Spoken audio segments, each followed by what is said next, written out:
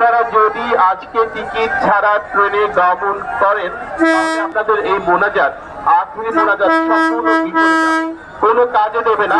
উল্টো আপনি ঋণের বোঝা মাথায় করে ঋণের বোঝা মাথায় নিয়ে বাড়িতে ফিরছেন।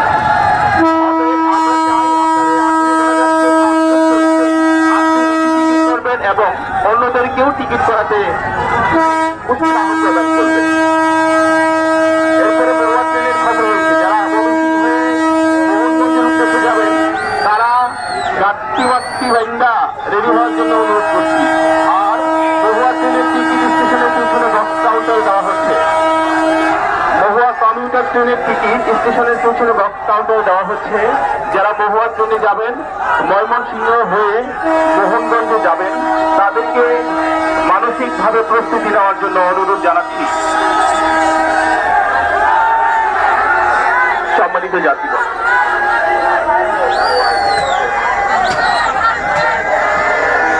মহানগর প্রভাতী সম্মানিত মুসলিম ভাইদের ডিস্ট্রিবিউশন করছি। মহানগর প্রভাতীতে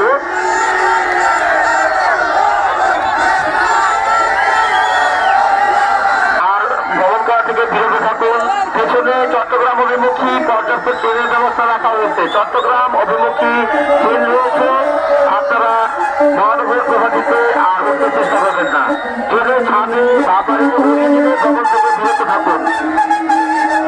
ট্রেনের ছাদে বাবারের ইঞ্জিনের ভ্রমণ থেকে বিরত থাকুন। জীবনের ঝুঁকি নিয়ে কোনো যাত্রী ট্রেনে ভ্রমণ করবেন না।